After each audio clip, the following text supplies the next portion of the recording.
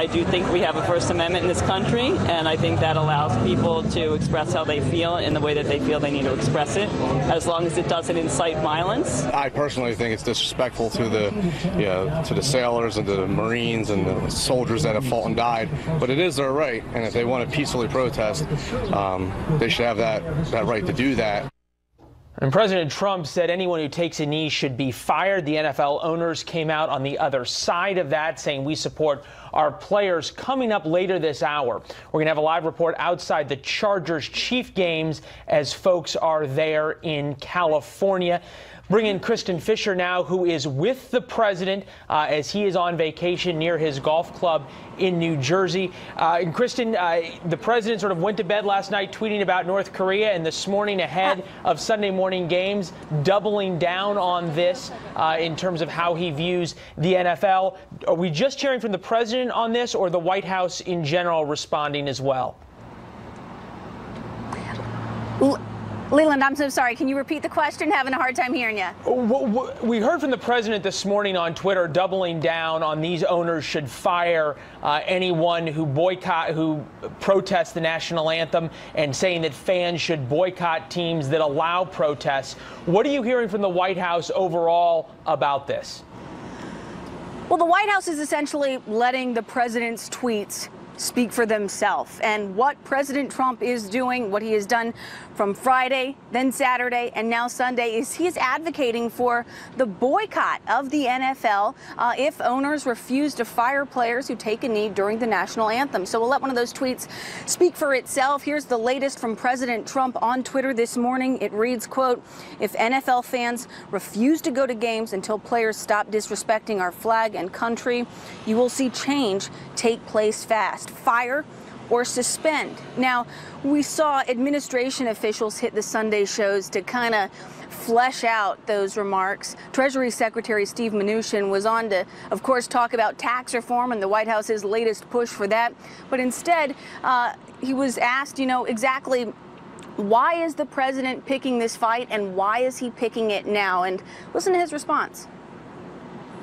The NFL has all different types of rules. You can't have stickers on your helmet. You have to have your jerseys tucked in.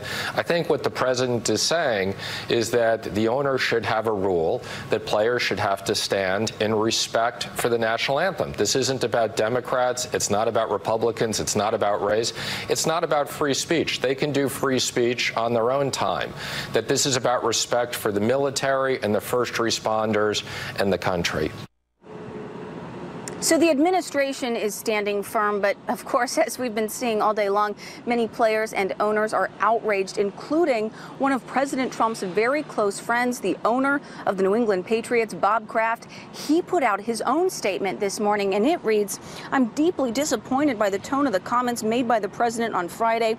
Our players are intelligent, thoughtful, and care deeply about our community, and I support their right to peacefully affect social change and raise awareness in a matter that they feel is most impactful." And of course, we've already seen some mass protests on the sidelines today, entire teams taking a knee before the Ravens-Jaguar game in London. And of course, Leland, will likely see much more of this as the games get underway here in the U.S. today. Yeah, kickoff for a lot of teams right about now. In fact, one team saying they're not even going to be on the field for the national anthem now. The Pittsburgh Steelers saying they're keeping their guys in the locker room. You think about what else, Kristen, you might be talking about this weekend if it wasn't the president's comments on Friday night. Tax reform coming up, health care that looks like it's going to fail again in the Senate, and North Korea as well. Is the White House worried that this feud with the NFL is distracting the president, thus their messaging, or are they okay with this sort of bifurcated talking point situation? If the White House or if any administration officials have a problem with it, they certainly are not showing it, Leland. And of course, North Korea, Iran, but North Korea in particular, such a tremendous hotspot right now. And really just over the last 24 hours, it's pretty unbelievable that this is not the top story today. And yet here we are. Consider what the North Korean foreign minister said yesterday. He said that President Trump calling the North Korean leader Kim Jong-un, he said that quote, makes our rockets visit to the entire U.S. mainland inevitable all the more. So after President Trump heard those remarks late last night, or maybe it was even very early this morning after midnight, he put out a response to the North Korean foreign minister's statement on Twitter. And here it is, quote, "Just heard the foreign minister of North Korea speak at the UN. If he echoes thoughts of Little Rocket Man, they won't be around much longer." So there is a lot of fear that this back and forth between President Trump and the North Korean leader, two leaders with a big ego, there's a lot of fear that the back and forth has simply gotten too personal. The Treasury Secretary was asked about it this morning, and here's what he said. This is not about personalities. This is not personal. This is about someone who's testing nuclear weapons. The president doesn't want to be in a nuclear war, and we will do everything we can to make sure that doesn't occur. So the administration saying nuclear war is not what we want, but, you know, if the U.S. has to go there, it is prepared to do so, Leland. And we've heard that echoed as well from the Defense Secretary, Secretary of State as well, Defense Secretary heading out on a trip around the world later today. Kristen Fisher in New Jersey before the president heads back here to Washington. Kristen, thank you. This is a Fox News alert. German Chancellor Angela Merkel will remain in office. She has just won the race for her 4th term as leader of the German government. Exit polls showed Chancellor Merkel held off Social Democrat challenger Martin Schulz. A far right-wing party, the anti-migrant Alternative for Germany, was expected to win a significant number of seats in the nation's parliament, making voting more complicated in the German capital today. Many streets were closed for the annual Berlin Marathon. I do want to get back to our top story of the day, the president's remarks on Friday night and his tweets both last night and this morning. I want to bring in our fair and balanced political panel to weigh in. Josh Kimbrell is a contributor with The Red State. Elizabeth Gore is a Democratic strategist. Thank you both for joining us on a very busy news day. I certainly had a number of policy matters that I had planned for us to talk about. But Josh, I want to start with you. We already saw members of the NFL reacting today, some of them taking knees, linking arms. I want to ask you, where do you think this is going? Well, you know, people keep saying that President Trump's politicized the NFL, but frankly, the NFL has been politicized for quite a long time. I go back to 2016, whenever the Dallas Cowboys wanted to put a police unity sticker on their helmets. The NFL told them they couldn't do it. 2016, also in Georgia, Governor Nathan Deal was debating with the legislature about religious liberty protections in that state. The NFL, Roger Goodell, said, we're pulling out of Georgia, maybe pull out of Atlanta if they do this.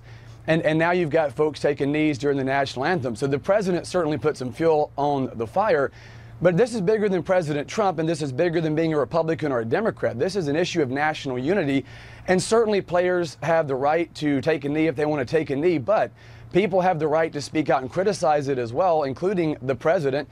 And frankly, a lot of Americans, myself included, we watch the NFL take positions against seemingly against the police in Dallas. We see them get involved in a political debate in Georgia, and then suddenly they come out and are very indignant that Americans are angry about the fact people are taking a knee. And frankly, Americans like me look at that and say, no wonder the NFL's ratings are tanking. And we hope at some point the political correct nonsense can end and we can just enjoy a football game without a side of politics. Okay, Elizabeth, I want to give you the opportunity to respond. Josh brought up a good point that the NFL has been politicized for some time, but sports, of course, is meant to unify. We know that politics divides. There's not really much right now that brings people together when it comes to politics. But at the same time, you know, it seems like the waters are getting muddied here, that the two are really becoming one.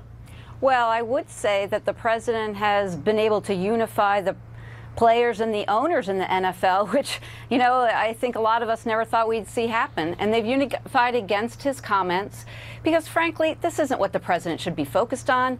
We have an international crisis in North Korea, as you've been talking about. We've got all kinds of domestic and international problems. That should be the priority. And I think that's part of the frustration that people have with the president wading in here. Why put this at the top of the agenda, given everything else that we've got to deal with in this country? and it just seems to be out of whack with where he should be spending his time and attention. All right, Josh, I want you to address that because that's a pretty valid point. You know, you've heard a number of people speak out, even supporters of the president. You saw the Jags owner, the Jacksonville Jaguars owner, come out, sure. and he's a huge contributor. We saw Bob Kraft, we saw Rex Ryan. We've seen a lot of people say that they're disappointed. So what is your response when they say, listen, focus on North Korea, focus on health care, because as of right now, we just heard Senator Ted Cruz say he's not voting for it, so that bill's not going anywhere. Well, no, I agree there are bigger priorities, and we need to pass the Graham Cassidy Reform Act to try to move down the field in terms of, well, no pun intended with football there, but move the ball down the field to repeal Obamacare, to get rid of the individual mandate, eliminate the corporate mandate, deal with North Korea. That being said, this works both ways. The president certainly should not make this the top of the national agenda. But he said something at a rally. It was a rally for Luther Strange in Alabama. What he said, it was red meat to an audience that was fired up. And now the NFL's taken a position and acting like he's forcing them. Look, if the president tried to issue an executive order and somehow tried to stifle someone's First Amendment rights, that would be one thing. But the president's not the only person putting this on the top of the national agenda. The NFL's come out forcefully. You've seen people across the political spectrum, particularly on the left, criticize it vehemently as if he's some kind of tyrant for having done it. I agree there are bigger issues. I do think we need to worry about health care reform. We do need to worry about North Korea. But this is an issue of political correctness that's been going on for an awfully long time, and the president isn't the only culprit here in terms of making this the big distraction that it's turned out to be. Okay, I want to pause just for a moment for both of you. We have some brand new video coming in. We talked a lot about how some of the teams are responding, and the Pittsburgh Steelers, for example, said they weren't going to come out in the field at all. In fact, we have that fresh video. I want you guys to take a look, and then I'll get your response, Elizabeth. Oh, say, can you see by the dawn's early light what so proudly we hailed at the twilight's last gleaming, whose broad stripes and bright stars. And so our viewers know there was one player who is a member of the Pittsburgh Steelers, I think it's Alejandro Villanueva, if I'm pronouncing that correctly. He served in the United States Army. Forgive me, I could be pronouncing his last name incorrectly, but he was the one player who did stay on the field. And Elizabeth, I want to bring you in as we look at this, and now we're looking at, if I'm not mistaken, we will be looking at Dolphins and Jets video where we see these players are all responding in different ways. The reason that I'm bringing you into this is because is this the new normal now? Are we going to be talking about how players are responding to the president's tweets as opposed to, you know, fantasy football and how they're doing in each respective league? Well, I think it's hard to say. This is going to be a tempest in a teapot, I think. This is going to be an issue that's going to probably flare up here for a few weeks and then go away, if I had to guess. But listen, the president's trying to change the subject. He's failing on foreign policy. He can't unify his party around domestic agenda. And I think that the reality is that that this is where the president is trying to do. And it was not just that he raised it at a rally. He's tweeted about it over and over again. And, you know, he's driving the debate. And the reality is that the president has the bully pulpit, and this is what he's driving at, and it's just not what we should be talking about as a country. All right, Josh, we have about 15 seconds. You can respond, and then we'll have to wrap it up. In 2001, President Bush said in his inaugural address, there are times it feels as if we share a continent but not a country. If we can't even agree on standing up for the Pledge of Allegiance or the national anthem to honor the men and women who've made the ultimate sacrifice for freedom of all races and all backgrounds, then what can we agree on? I mean, this is a big deal that we can't even agree in this country anymore, that saying the Pledge of Allegiance or standing for the national anthem to honor those who've made the supreme sacrifice for freedom.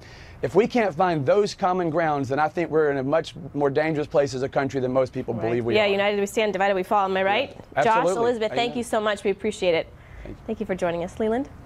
All right, and as kickoff is happening around the NFL, bring in a little bit more video. This is the national anthem from the Giants and the Eagles game being played. Get a sense of how each individual team is reacting. And President Trump's remarks about the NFL and then obviously the NBA criticism where he disinvited the Golden State Warriors is bringing in, and you can see at least that appears to be the Eagles with the green jerseys. They are all standing. And we've seen owners locking arms with players kneeling and owners locking arms with players that are standing. We've seen some players on the field, others not. You can see some players standing, some kneeling. It is a vast array of responses from the national anthem. Here's a little bit of sound of players responding before the games today. By acting and not going, hopefully that will inspire some change when it comes to what we tolerate in this country and what is accepted and what we turn a blind eye to. The only platform right now that seems to be getting people's attention is athletes kneeling during the anthem. So, I'm doing my part in doing that in baseball. That's just something I can't stand for, man. And we got, Jamil Hill and Colin Kaepernick and, all these people are speaking up, and, it's for the greater cause. It's for us to all come together. It's not about a division. It's not about dividing. We, as American people, need to actually just come together even more stronger, man. We're all together. We're all Americans. And, it's time for the racism and bigotry and for those things to go away. All right, joining us now, Jared Mack, sports reporter for Fox News Headlines 24/7 on your Sirius XM radio. Jared, nice to see you. Thanks for coming in on a Sunday. That is, this all started a couple of years ago with Colin Kaepernick, a quarterback out in San Francisco, taking a knee during the national anthem. And he said he was protesting what he called police brutality and showing solidarity with the Black Lives Matter movement. As this has expanded, dare I say exploded in the past 24 hours with the president's comments Friday night and then moving forward, is it still about that, or has it become now about something else? Leland, and good afternoon. I'm glad you asked that question because I've been frustrated by this exact point. It seems that this started somewhere about an argument against police brutality against minorities in our country, and look how far it has gone. It has advanced to a rally outside the NFL headquarters to, in my belief, bully the NFL into giving Colin Kaepernick a job when, from a business standpoint, he's not good for business. That was proven clearly. But look at where this is today. We're not even talking about these particular issues. We're now seeing the president weighing in. We're seeing a response from NBA, NHL, NBA, all sports. Baseball as well now involved in this. And what is it about? What is the story really about? Are we saying that people are angry with the way things are in life? Yes, that seems to be a widespread thought that's going on. There's a lot of anger, but where are the issues? I don't know where the end game is, and that's critical. It's clear, to your point, it's clear that there's a lot of people that are angry. Everybody's angry and outraged. What they're angry and outraged over, though, is as vast as their responses out on the field today. The NFL is a business, an enormous business in America, and the owners have responded universally. Their commissioner did yesterday. This is Bob Kraft, good friend of the president, responding. He said, "I'm deeply disappointed by the tone of the comments made by the president on Friday. There is no greater unifier in this country than sports, and unfortunately nothing more divisive than politics." Bob McNair of the Houston Texans, the comments made by the president were divisive and counterproductive to what our country needs right now. Jared, in the last 45 or so seconds here, was this a conservative, a sort of concentrated effort brought together by a coalition of owners, or do they seem to be acting independently as far as you can see? Leland, what I see is that people are acting independently. Roger Goodell, the NFL commissioner, met with DeMaurice Smith, the executive director of the Players Association, for several hours yesterday. They reached out to a member of the Philadelphia Eagles, Malcolm Jenkins, who's been holding up his fist during pregame anthem protests. They are trying to get this together. From my perspective, this seems a universal response that seems to be very similar. We just saw the Atlanta Falcons, Philadelphia Eagles, and Miami Dolphins owner on the sidelines with their players. We saw today at Wembley Stadium in London what took place. Everybody stood, the players stood for God Save the Queen. But then in a foreign country, what do they think when they see our players and this unrest in our country? Jared, that bothers me. Excellent points indeed. We got to cut you off before the computer does. Appreciate you being here. Back with more reaction from the NFL and the political world next.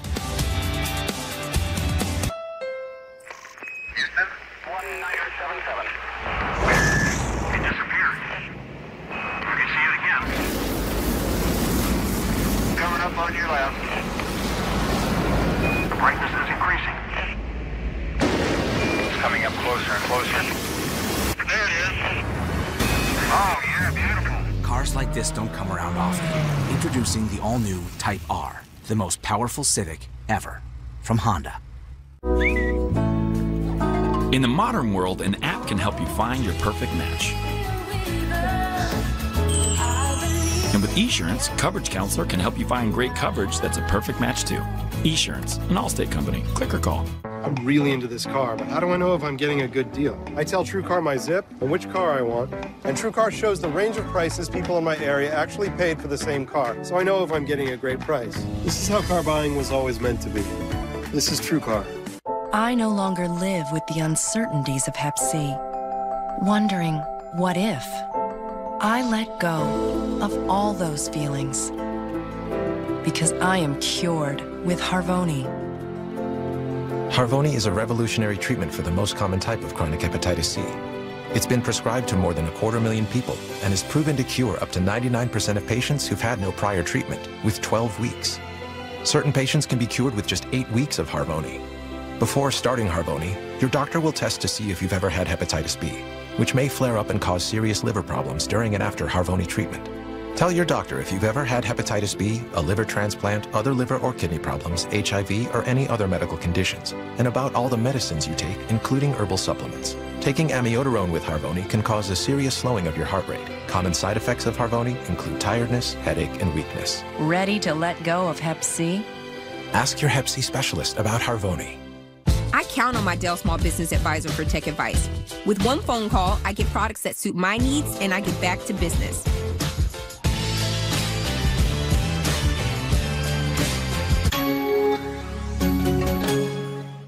When I brought Jake home, I wanted him to eat healthy, so I feed Jake Purina Cat Chow Naturals Indoor, a nutritious formula with no artificial flavors, made specifically for indoor cats. Purina Cat Chow, nutrition to build better lives. Bill Gates talks battling disease on a global scale. Lives are being saved. But is it enough? We could do a lot better. It's a must-see Fox News Sunday. It's time for family gatherings, to stretch imaginations, to get together, or find some alone time. It's time for a Four Seasons sunroom that lets you have it all for less money than you thought. Right now, for a limited time, all Four Seasons sunrooms are up to 25% off, with no money down and no interest for 12 months. Call 1-800-4SEASONS today. Four Seasons. It's time. Pick one. Let's talk about when you got braces for the first time. I did have to wear headgear. Pieces of metal in your mouth. Popping off rubber bands, I'm breaking off brackets. And by the end, my teeth moved back again. Goodbye, embarrassing wires and brackets. At Smile Direct Club, we straighten and brighten smiles for 60% less than braces. Each month, we'll send you invisible aligners that gently straighten your teeth for $95 a month. Go to SmileDirectClub.com to get started risk-free.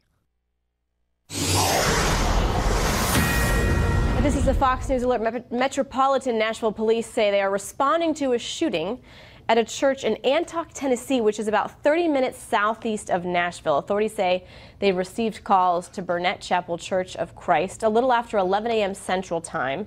They do say that one suspect is in custody. You can see a picture of the church there. Authorities confirm 6 to 8 people have been shot and they have been transported to Vanderbilt University Medical Center, but they have not commented on the extent of their injuries. This is a very sensitive time. There's a lot of details that are coming out that we are unable to confirm. So joining us now on the phone is former D.C. detective and Fox News contributor Ted Williams. Ted, thank you so much for joining us. And I know that we're working with very little information that we can confirm. Obviously, we need at least 2 sources. But I want to ask you what's taking place right now behind the scenes. We know authorities responded to a shooting. We know that 6 to 8 people have been at least injured.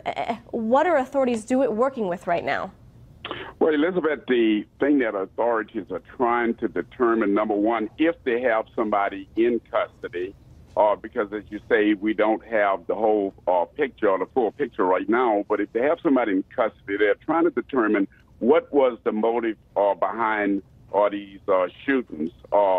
One of the things they're going to try to find out is it someone who is already familiar with the church, or is it sort of like someone in the Charleston, South Carolina shooter that's an outsider that came into the church and shot these parishioners. Right, and I'm so curious when from a detective standpoint, from an authority standpoint, when you get this phone call, all hands are on deck. So what takes place as soon as we hear that there was even an incident at let's say a church? Well, the first thing is to try to find out is the shooter active, or have the someone actually taken the shooter into custody, like when I say someone, meaning parishioners within the church. Right. Once that is established, then they set up a crime scene. And therein is where the work actually starts. But if there are individuals shot, quite naturally, the first thing that law enforcement and first responders want to do is to get those people to whatever treatments as soon as possible. But right now, I'm sure that they've set up a crime scene. They've caught it off. They are trying now to develop the physical evidence on the scene there as to what actually happened. Right. Well, Ted, I can't thank you enough for joining us. Obviously, like I said, it's a very, very sensitive time. We know 6 to 8 people have been shot inside this church in Antioch, Tennessee, which is about 30 minutes southeast of Nashville. Our own Ted Williams, former homicide detective with the D.C. Police Department, thank you so much. And obviously, as this story continues to develop, we will bring you information as it warrants.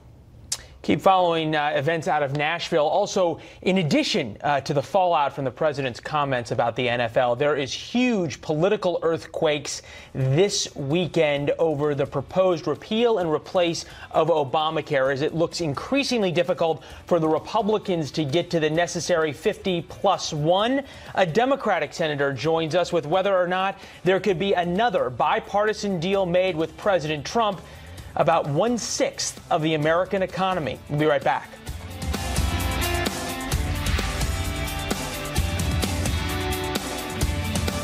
You're a brave man, Mr. Stevens. Your testimony will save lives. Mr. Stevens, this is your new name. This is your new house and a perfectly inconspicuous SUV. You must become invisible. I'll take my chances.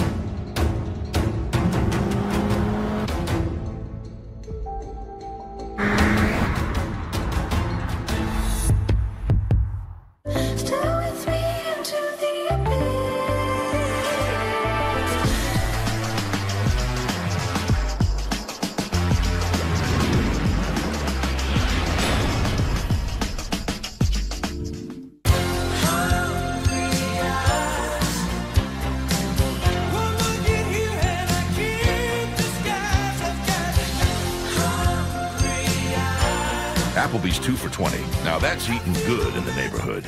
I'm 47, but I feel like I'm 25. I'm 49, and I can't believe I look this good. I'm 45, and the Max Trainer has put me in the best shape of my life. Because the Bowflex Max Trainer is the world's first 14-minute total body workout, and it burns up to 2.5 times the calories of other workouts. I don't want to spend an hour on the treadmill. That 14 minutes, that was plenty. I lost 12 pounds in 10 weeks. Not bad for 47. The Max Trainer combines the low-impact motion of an elliptical and the calorie-burning power of a stepper, then guides you through a simple series of intervals. Short bursts of effort followed by longer periods of rest, working you smarter, not harder.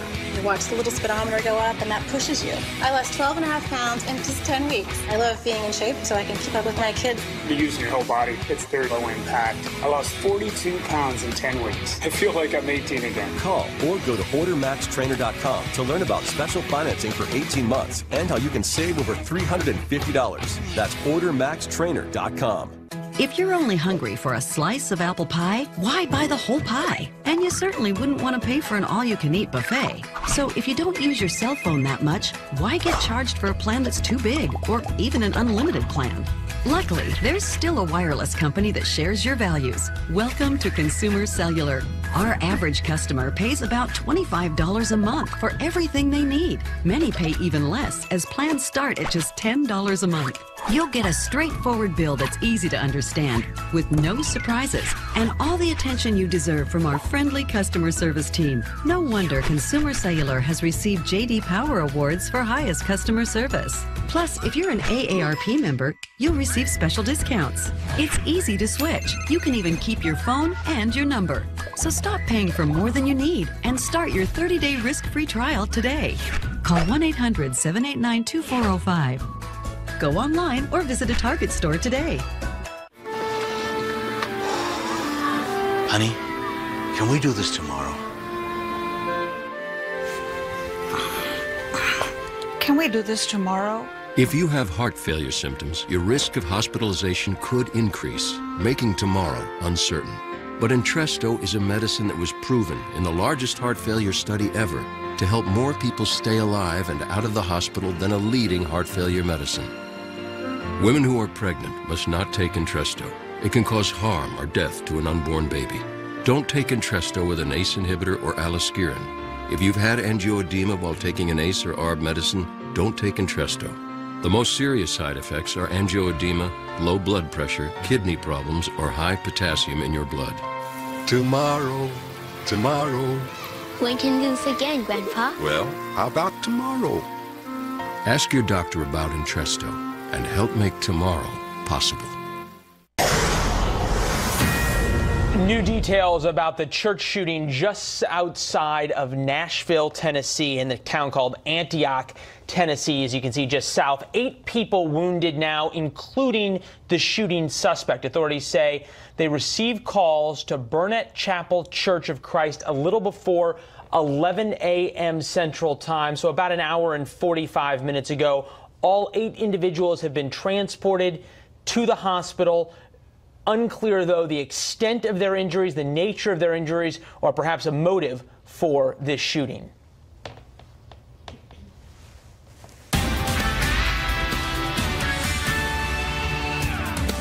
Well, new today, another GOP senator says that they cannot support the Graham Cassidy health care bill. Ellison Barber joins us now with the very latest. Who could that be, Ellison? Ted Cruz. And so right now, the Graham Cassidy bill seems at best to be on the verge of collapse. Senator Ted Cruz now saying they don't have his vote. And Maine Senator Susan Collins, who the White House has been pushing to support the bill, says she is most likely not going to support it. It is hard for me to envision getting to yes on this bill because my concerns are so fundamental. CBO's analysis in the past has been very helpful to me in evaluating bills such as the previous bills that I opposed, and that's why I'd like to see it. Democrats do not support this legislation, so if 3 Republicans go against the Graham Cassidy bill, it dies. The White House says they're focusing on 4. And we need to make sure that those last couple Republicans we win over. Those Republicans, of course, as you know, are John McCain, Lisa Murkowski, Susan Collins, and Rand Paul. That's our path to victory. No word on how Alaska's Lisa Murkowski will vote. Senator John McCain says he will not vote for this legislation. Senator Rand Paul says the same unless he sees particular changes.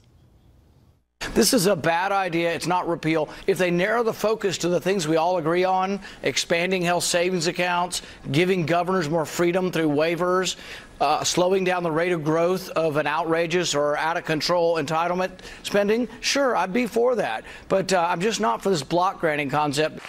Senator Ted Cruz seemingly added his own name to the list of potential no's.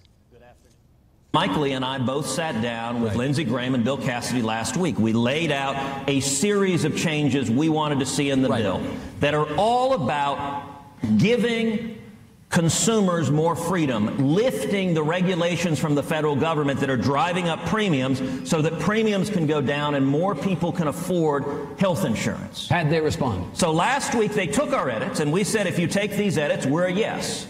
They took our edits, and then a day later, they removed our edits. But right now, they don't have my vote. On Fox and Friends earlier today, Senator Mike Lee said that he's maybe. The deadline for this is September 30th. Right now, they only need Republicans, only need 50 yes votes, a simple majority to pass this legislation. After that, they need 60. So 6 They really wanted to get to that September 30th deadline. But I'll tell you, there's a lot of folks who get frustrated with Washington. It's kind of easy to see why. I think Leland has more. Thank you, Ellison. All right, joining us now, Democratic Senator from Delaware, Tom Carper. Nice to see you, sir. Thanks for being with us. It's my pleasure. Thanks very much. All right, I want to get your thoughts on this first from Secretary of Health and Human Services Tom Price, who we had on yesterday. And we haven't written off any vote. In fact, we haven't written off any votes on the other side as well, because this bill incorporates the height of federalism. We've spoken on a number of occasions, and we'll continue to reach out to all individuals who will have the opportunity to vote on this next week. All right, Senator, you're going to have an opportunity to vote on it next week if Mitch McConnell doesn't pull the bill. Has the White House reached out for you? Is the White House getting to the point where they're willing to be thinking about making a bipartisan deal on this, or has your phone been silent?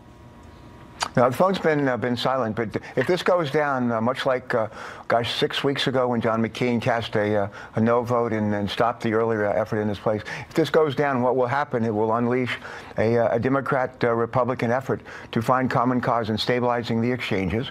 Lamar and Patty Murray held no fewer than 8 roundtable meetings, bipartisan roundtables, bipartisan hearings in the wake of that no vote 5-6 weeks ago. I think the same thing is going to happen if this is voted down. We need to work together. It shouldn't be all Democrats, shouldn't be all Republicans. This is something we need together, starting with stabilizing the exchanges. We can do that. The governors, the insurance commissioners, all the folks that testified 2 or 3 weeks ago basically agreed on how to stabilize the exchanges, gave us some other good ideas how to bring down costs for healthcare in the long run and get better results. Well, we've seen the president certainly be willing to deal, as he at least was on the debt ceiling and supposedly at least the negotiations over DACA. So move on to the next issue that the White House wants to deal with, House Republicans, Senate Republicans want to deal with, which is tax reform.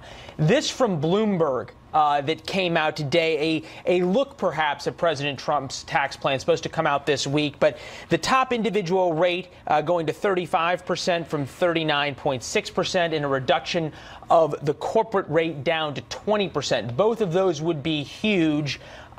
Early on, do those numbers make sense to you, or are we going to have another partisan fight rather than bipartisan tax reform? Well, actually, I hope we can work on this together. I always say, whenever people bring to me, and I don't know much more than what you just said about the idea that the White House is putting together, I always ask four questions. Number one, is it fair? Number two, does it foster economic growth or impede it? Number three, hold on, Senator. Number three, does it simplify the tax code? And finally,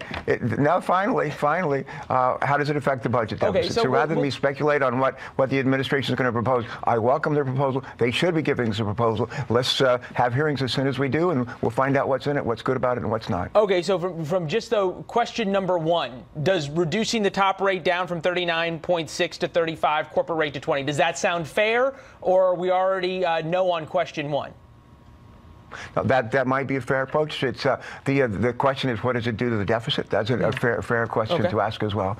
I think there's little disagreement that we have a corporate tax rate that is higher than is it ought to be if we're going to be competitive with much of the rest of the world. It invites inversion, and we want to do that. So I think that we can find common cause there. Well, a lot of agreement on the issue of the corporate tax rate. Senator, appreciate you being with us. Thanks so much, sir. My pleasure. All the best. Elizabeth?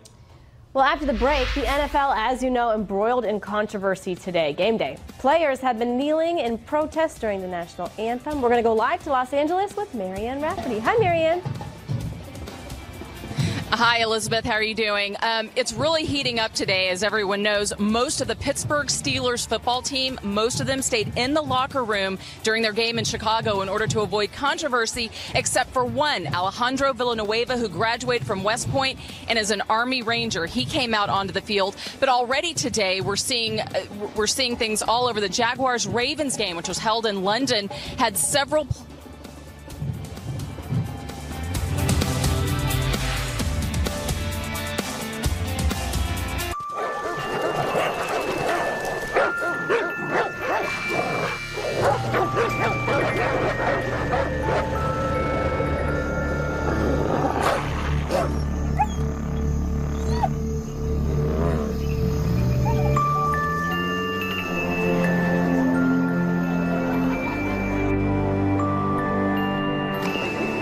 Introducing the new Range Rover Velar. Land Rover, above and beyond. Remember that accident I got in with the pole and I had to make a claim and all that? Is that whole thing still dragging on? No, I took some pics with the app and filed a claim. But you know how they send you money to cover repairs and... It took forever to pay you, right? No, I got paid right away. But at the very end of it all, my agent wouldn't even call you back, right? No, she called to see if I was happy. But if I wasn't happy with my claim experience, for any reason, they'd give me my money back. No questions asked. Can you believe that? No. The claim satisfaction guarantee, only from Allstate. Switching to Allstate is worth it. It's Empire Today's biggest sale, the 50-50-50 sale. 50% off carpet and flooring, 50% off padding and materials, and 50% off installation. That's right, half off your entire project. You can save thousands. Empire's 50-50-50 sale won't last long. Don't miss 50% off carpet and flooring, 50% off padding and materials, and 50% off installation. 800-588-2300 Empire. Today, for every get-together, for every spontaneous celebration, for every demanding job, unpredictable event, or peaceful getaway, there's a reliable Honda generator ready to give you more power, more freedom, more security, and the time to do what you want, where you want. That's the power of choice. That's power you can trust. That's a Honda generator. Sarah is a 5th grade teacher. When it comes to molding young minds, nobody does it better. She also builds her own fighting robots. Destroy.